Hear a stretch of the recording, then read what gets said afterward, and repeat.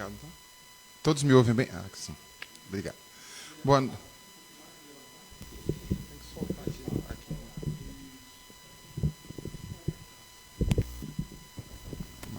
Pronto. Boa noite a todos. Que a paz do Mestre nos envolva, que nós possamos abrir nosso coração e elevar o nosso pensamento a Jesus, né? Para que a gente possa aproveitar o máximo das reflexões que vão ser propostas aqui essa noite. Bem, o tema sugerido para que nós pudéssemos estar fazendo as nossas reflexões, ele é inerente à data que nós estamos comemorando hoje, né? Que é a respeito do Dia do Trabalho. E aí o Pedro sugeriu que a gente estivesse fazendo uma análise a respeito de aspectos da lei do trabalho, que está lá no livro 3º do livro dos Espíritos, que englobam as leis morais, né? E aí, a gente, antes de adentrar nas questões trazidas pela doutrina espírita, é importante, é extremamente relevante a gente fazer duas colocações. Primeiro, de como surge esse feriado do Dia do Trabalho, né? E aí a gente vai elencar isso dentro da proposta de análise da doutrina espírita. E segundo, fazer uma conceituação do que é trabalho, né? Tanto no sentido comum, no sentido cotidiano, quanto baseado na visão espírita.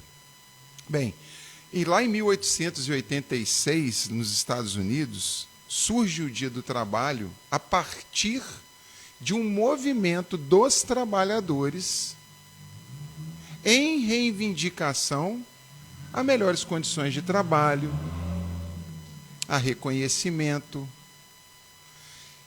Todas essas lutas que atingem a todos nós, que damos o nosso contributo na formação da sociedade. O trabalhador deve ser digno do seu salário. Nós precisamos entender isso. A importância do trabalho, ela é destacada pela doutrina espírita como uma das leis naturais, que são inderrogáveis. Ou seja, não deixarão de ser leis naturais, leis divinas, sempre foram e sempre serão. A gente precisa entender isso de uma forma muito clara. E aí, fazendo a conceituação, trazendo a conceituação da origem da palavra trabalho, e aí a gente vai começar a entender por que a gente comemora muito os dias de sexta-feira, né? Todo mundo gosta de falar sextou, né? Mas muito poucos falam segundou, né? Agora, amanhã, terçou, né? Que vai ser a nossa segunda-feira. A palavra trabalho, ela vem do latim tripalium, que era uma ferramenta antiga utilizada, né? Eram tripalium, 3 paus, né? Que eram 3 paus colocados nessa conformidade, que era utilizado para amarrar um cavalo ou um boi, no caso do cavalo, para se ferrar o cavalo. No entanto, Roma, como sempre, né? O Império Romano, utiliza dessa imagem do tripalium para desenvolver um instrumento de tortura. E aí, tripalium, ele começa a ser associado a sofrimento, a dor. E a gente percebe isso também lá nos séculos XIII, XIV, onde os nobres não trabalhavam, porque trabalhar era, de fato, um serviço dos escravos. Então, a gente tem, no nosso psiquismo, o entendimento de que o trabalho é um tipo de tortura, um tipo de sofrimento. E, principalmente, a partir do momento em que nós condicionamos a nossa condição de trabalho, não por aquilo que nos satisfaz, aquilo que nos preenche, aquilo que nos completa, mas sim por aquilo que gera mais lucro, que nos dá mais dinheiro, que nos garante uma posição social mais destacada. E aí a gente começa a trocar a importância do trabalho, que a gente vai ver como colocado dentro da doutrina espírita, pela satisfação dos nossos desejos, que a cada dia se tornam mais incessantes, mais insaciáveis. Bem, Lá na questão 132 do Livro dos Espíritos, Kardec vai fazer um questionamento muito interessante, não a respeito do trabalho, mas a respeito do objetivo da reencarnação. Ele pergunta o seguinte: qual é o objetivo da encarnação dos espíritos? Ele está perguntando o seguinte: por que os espíritos têm que encarnar ou reencarnar? Nós, que engrossamos as fileiras da doutrina espírita, somos reencarnacionistas. Nós acreditamos na pré-existência da alma. Nós acreditamos que já estivemos aqui outras vezes e já evoluímos em outros orbes. E continuaremos evoluindo. E aí Kardec faz o questionamento: qual que é a importância desse instrumento que a misericórdia divina usa para conosco? Porque o processo de reencarnação é mais um dos instrumentos utilizados pela misericórdia divina para que nós possamos estar resgatando os compromissos que nós assumimos anteriormente. Mas aí vamos nos ater à resposta dos espíritos. Eles colocam assim: Deus lhes impõe a encarnação com o fim de fazê-los chegar à perfeição. Então esse é o primeiro aspecto da reencarnação. Evolução. Para que nós alcancemos num determinado momento, em virtude do uso do nosso livre-arbítrio, a perfeição relativa. Porque a perfeição absoluta é Deus. Nós estamos falando aqui da perfeição relativa. E aí, os espíritos continuam dizendo o seguinte: para uns, o trabalho é expiação. Certo tipo de castigo, né? Que essa é a simbologia da palavra expiação. Para outros, é uma missão. E aí eles colocam assim: mas, para alcançarem essa perfeição, tem que sofrer as vicissitudes da vida corporal. Então é necessário, os espíritos colocam que é necessário que nós aprendamos a evoluir por meio das ações práticas, testados na carne. Para que nós alcancemos essa perfeição, é necessário laborar, é necessário evoluir. E a evolução só ocorre por meio do trabalho. Seja ele intelectual, seja ele físico, seja ele moral. Bem, lá na questão 6, aí a gente sai da questão 632, onde a gente entende que a reencarnação é um instrumento de aperfeiçoamento e que esse aperfeiçoamento se dá pelo trabalho, e a gente vai lá para a questão 674, que exatamente está ali falando da lei do trabalho e progresso. Questão 674 traz o seguinte: a necessidade do trabalho é uma lei da natureza? Ou seja, se a gente entende que as leis naturais são imutáveis como o próprio, porque advêm de Deus, e são imutáveis como o próprio Deus, se a gente entende isso, o que Kardec está perguntando, se o ato de trabalhar está relacionado, ligado diretamente a essas leis. Então ele pergunta: a necessidade do trabalho, ou seja, é imperioso, é obrigatório que nós trabalhemos? E aí os espíritos respondem o seguinte: o trabalho é lei da natureza, é lei natural. Por isso mesmo que constitui uma necessidade. E necessidade aqui no sentido lato da palavra, no sentido amplo da palavra. É uma necessidade, e a civilização obriga o homem a trabalhar mais. Olha a responsabilidade com que vem, com que os espíritos estão falando aqui, lá em 1856. Nós estamos falando de 167 anos depois. Não tinha computador, não tinha carro, né? 1866 não tinha carro, 1902, né? Não tinha carro, não tinha essas benesses que a gente está acostumado, não. Era um tempo mais difícil. Mas olha o que eles falam. E a civilização obriga o homem a trabalhar mais, porque lhe aumenta os desejos e os gozos.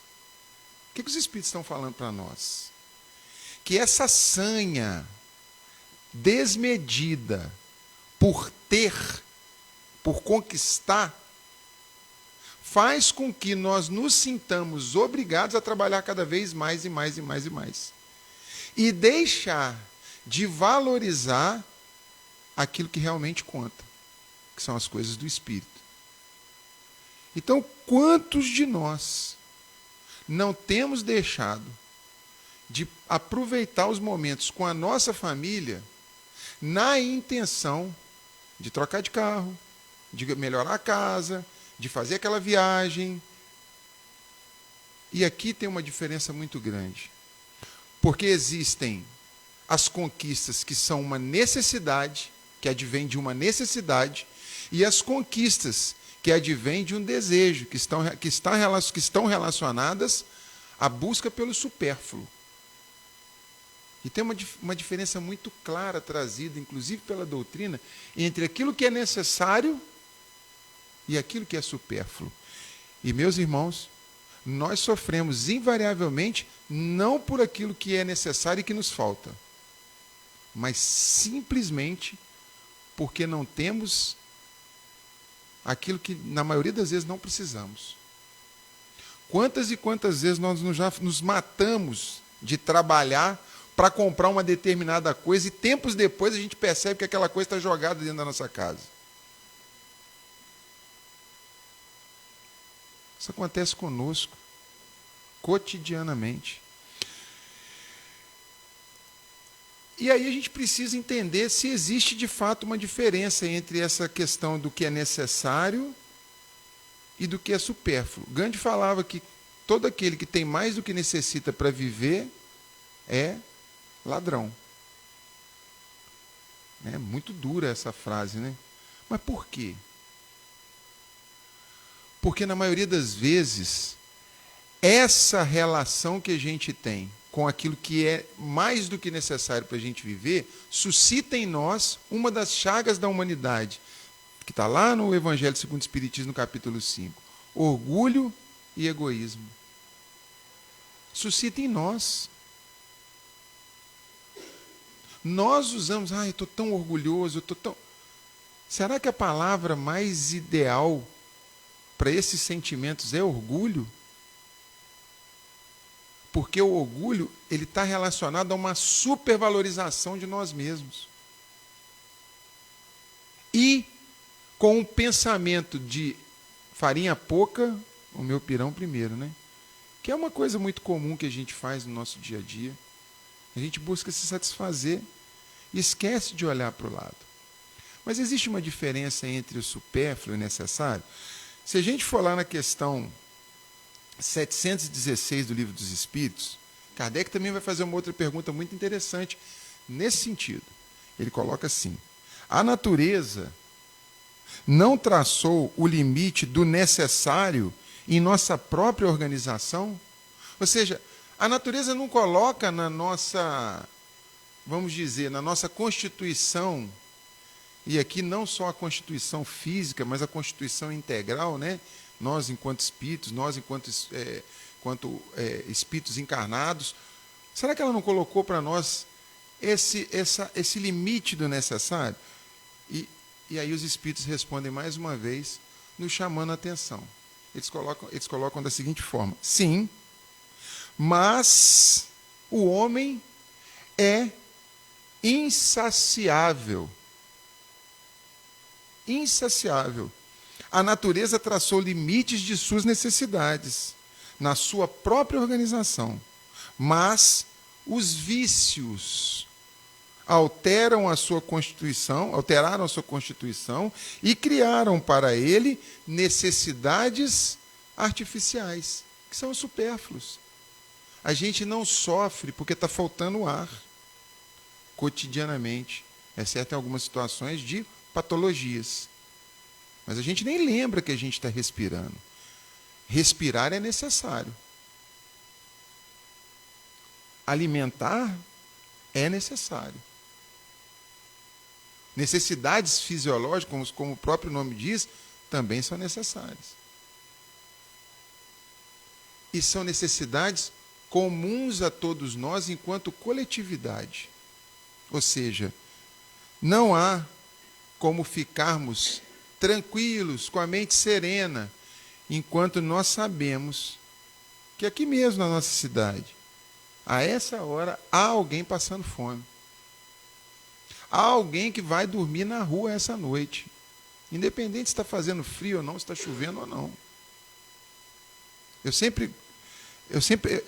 Uma frase que me marcou muito, do Raul Teixeira, no centenário do Amor ao Próximo, né? Ele esteve aqui com a gente, lá no Moinho, e ele contou uma passagem que ele teve com o Chico e que me marcou muito. E todas as vezes que eu falo da nossa incoerência enquanto coletividade, eu lembro dessa frase. O Chico virou para ele contando, né? Ele falou assim: Raul, meu querido, há que se treinar insônia. Né? E aí o Raul comentando, né, com aquele sentido jocoso, né? Mas como assim treinar insônia? A gente treina para dormir, né? Não para ter insônia. Né? Quem tem insônia quer dormir. E aí o Chico, percebendo que o Raul não havia compreendido a frase, ele fala: porque não vamos conseguir dormir quando ouvirmos o grito da coletividade, da humanidade.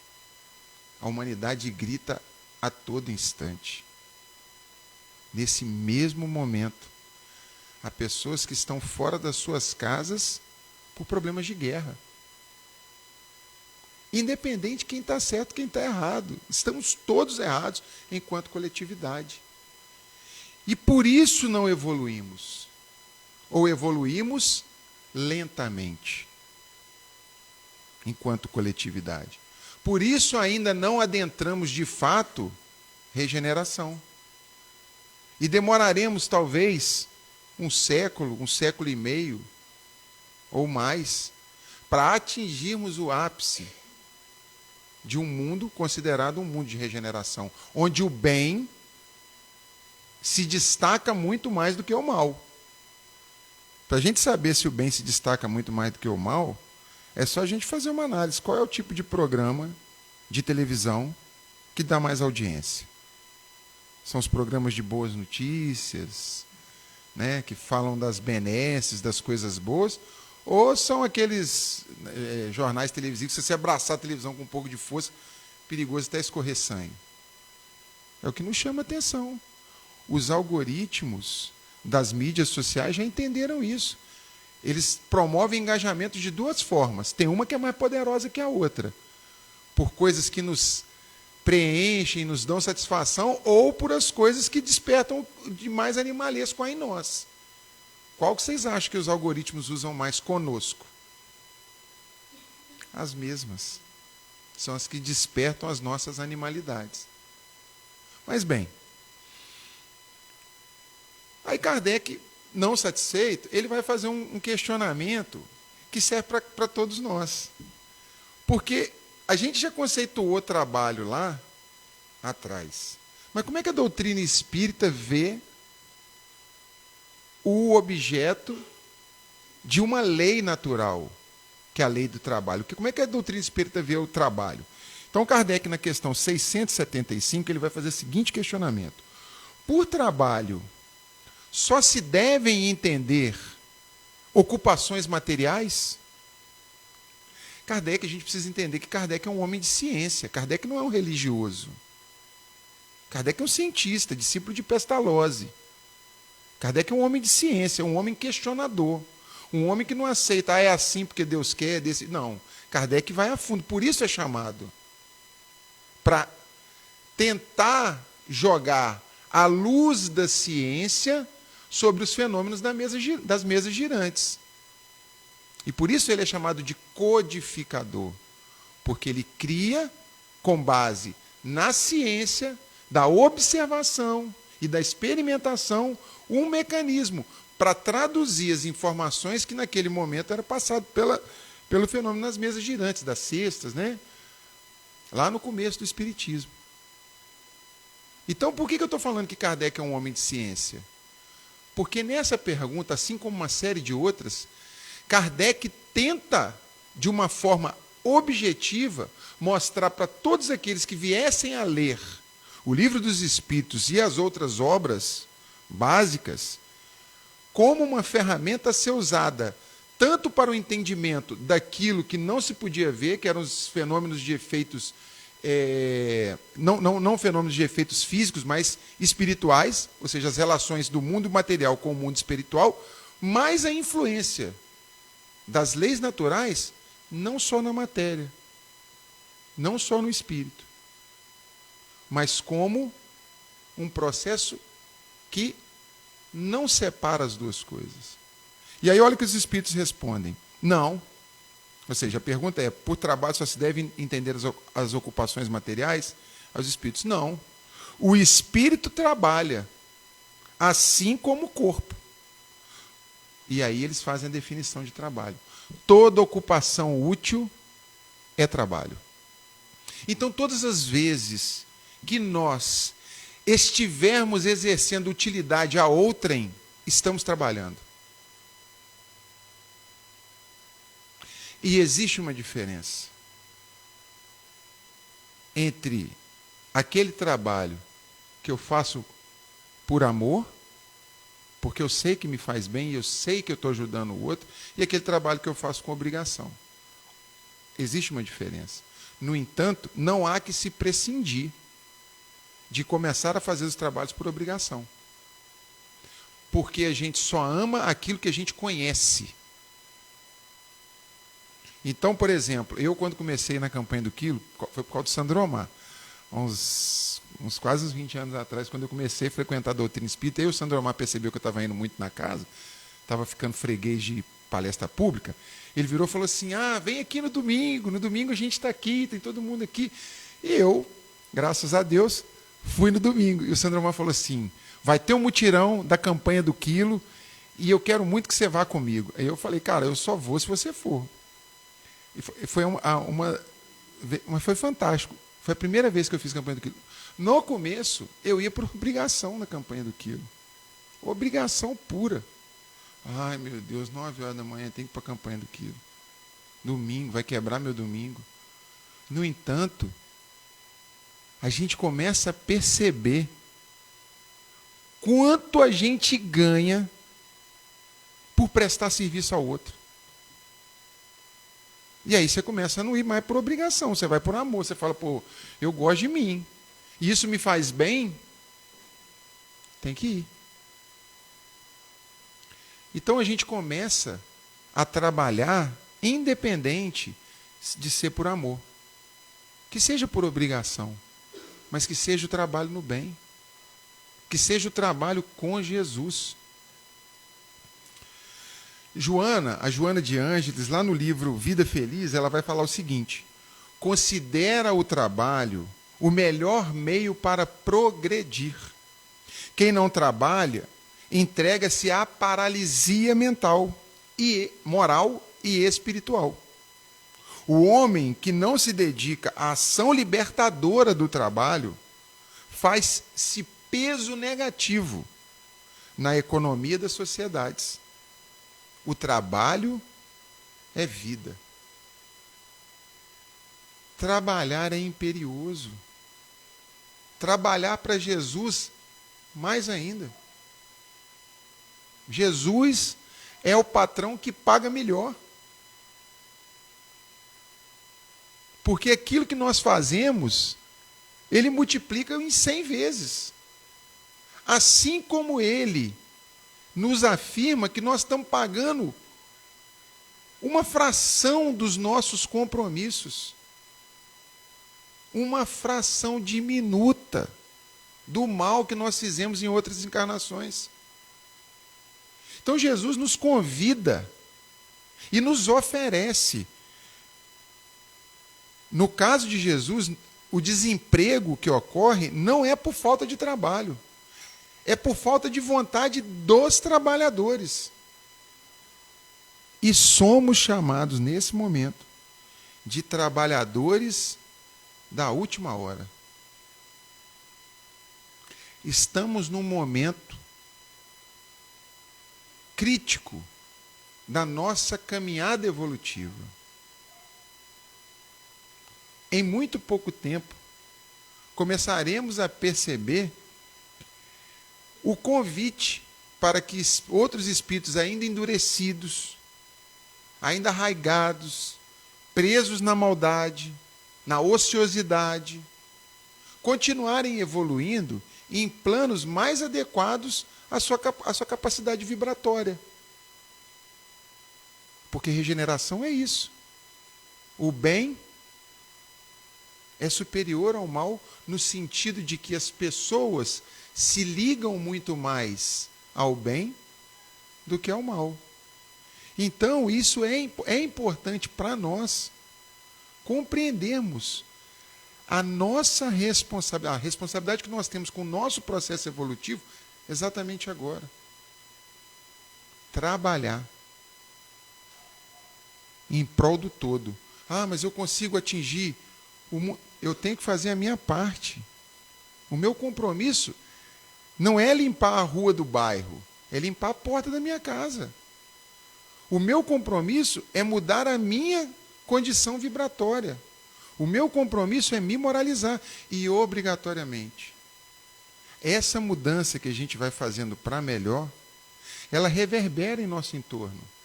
E as pessoas que nos cercam começam a perceber. Fulano está tão mudado. Nossa, por que o fulano mudou para melhor? Fulano está mais sereno.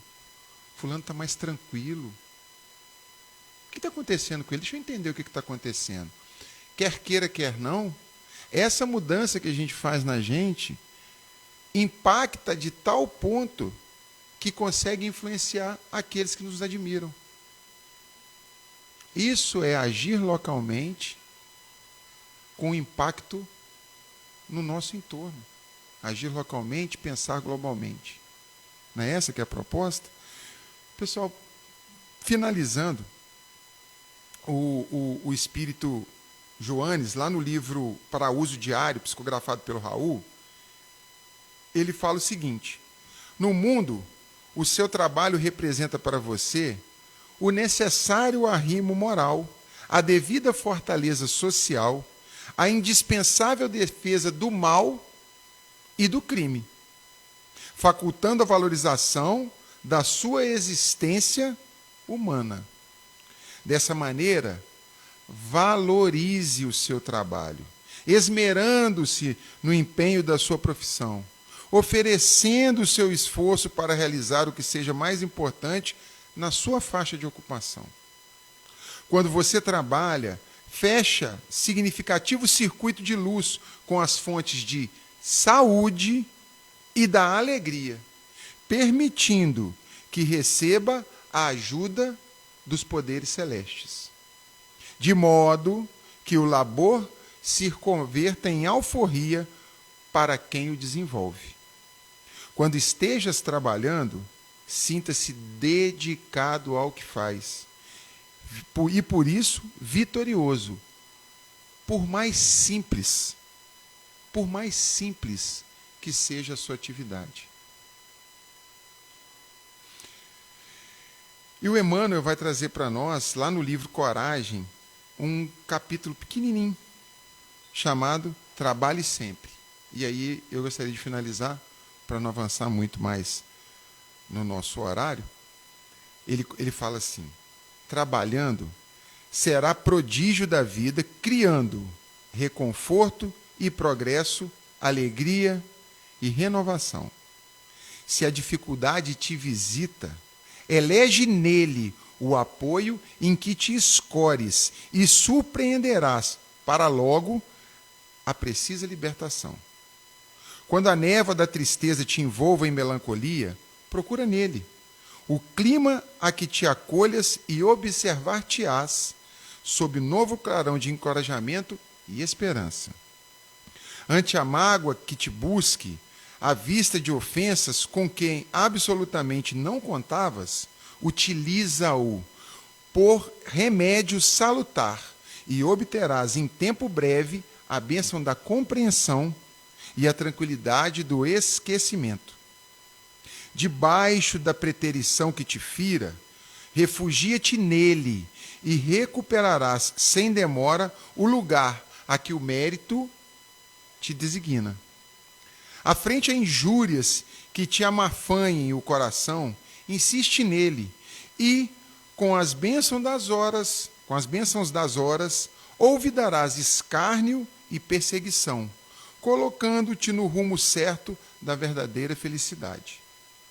Perante a dor dos próprios erros cometidos, persevera com ele no cotidiano e, a breve espaço, granjearás serenidade e restauração. Nos momentos claros da senda, trabalha e entesourarás mais luz no teu caminho. Nos instantes escuros, trabalha e dissolverás qualquer sombra, desvelando a estrada que o Senhor te deu a trilhar.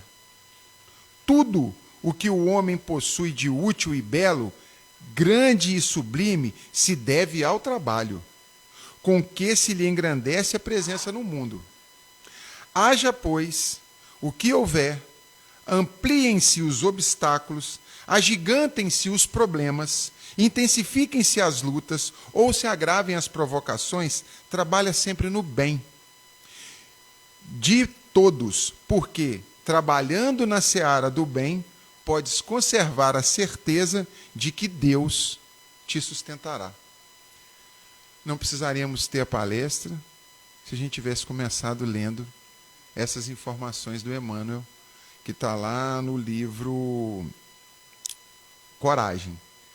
Meus amigos, que Jesus continue nos fortalecendo a nossa decisão de nos mantermos trabalhando no bem.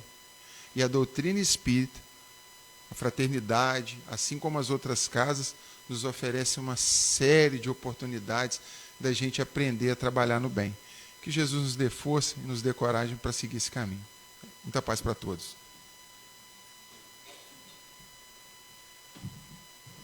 O tema da noite, daqui para mais umas 2 horas, é a respeito do tema trabalho.